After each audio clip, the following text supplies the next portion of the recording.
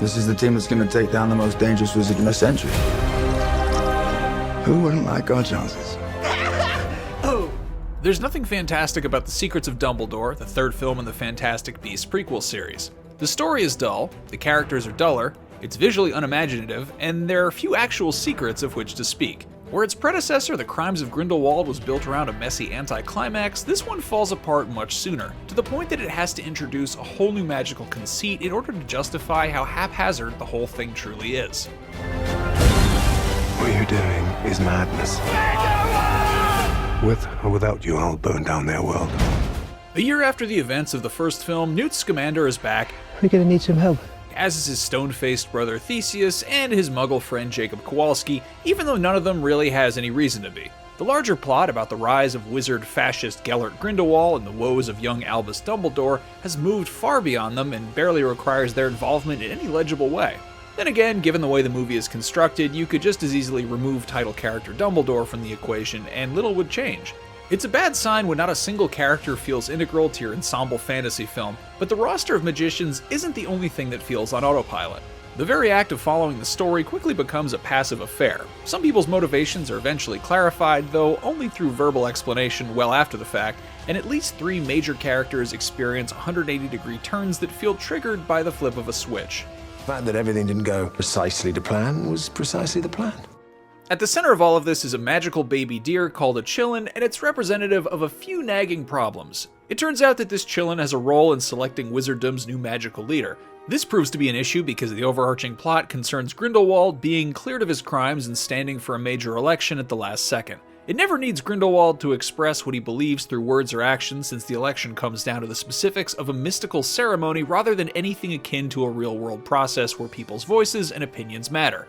It rarely feels like there's an actual wizarding world beyond the confines of the set, let alone one with actual perspectives and moving political parts. It's also hastily explained that the Chillin can help predict the future, meaning our heroes realize early on that the villain can predict their every move. It's a potentially interesting approach, but it never comes up again, leaving the little deer's secondary function feeling distinctly like it was tacked on in post-production as a retroactive excuse for why the movie is a complete and utter mess. Otherwise, The Secrets of Dumbledore is almost always divided between half a dozen subplots that rarely add up, none of which feel as if they're of any consequence unless they happen to unfold somewhere in Grindelwald's vicinity.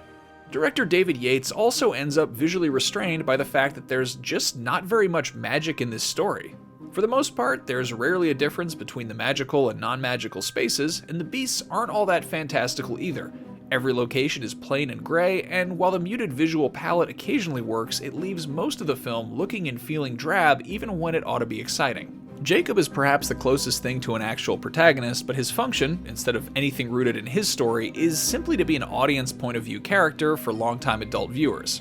We can try to make things right. Therein lies the film's fatal flaw. It feels aimed at grown-up Potter fans despite being distinctly juvenile in its conception.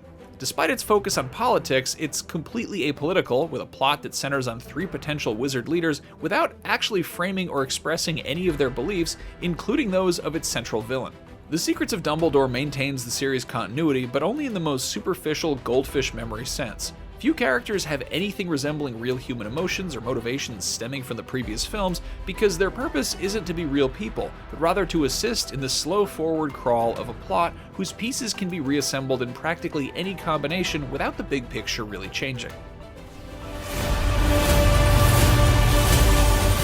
Fantastic Beasts: The Secrets of Dumbledore spends 2.5 hours doing little of note, remaining scattered across half a dozen inconsequential subplots for most of its runtime. It looks drab, and it feels like it was made by people who want to leave its magical premise behind, even though the series refuses to have anything resembling grown-up politics or perspectives. There's nothing you can do to stop me. For more movie reviews, check out what we thought of Morbius and Ambulance, and for everything else, stick with IGN.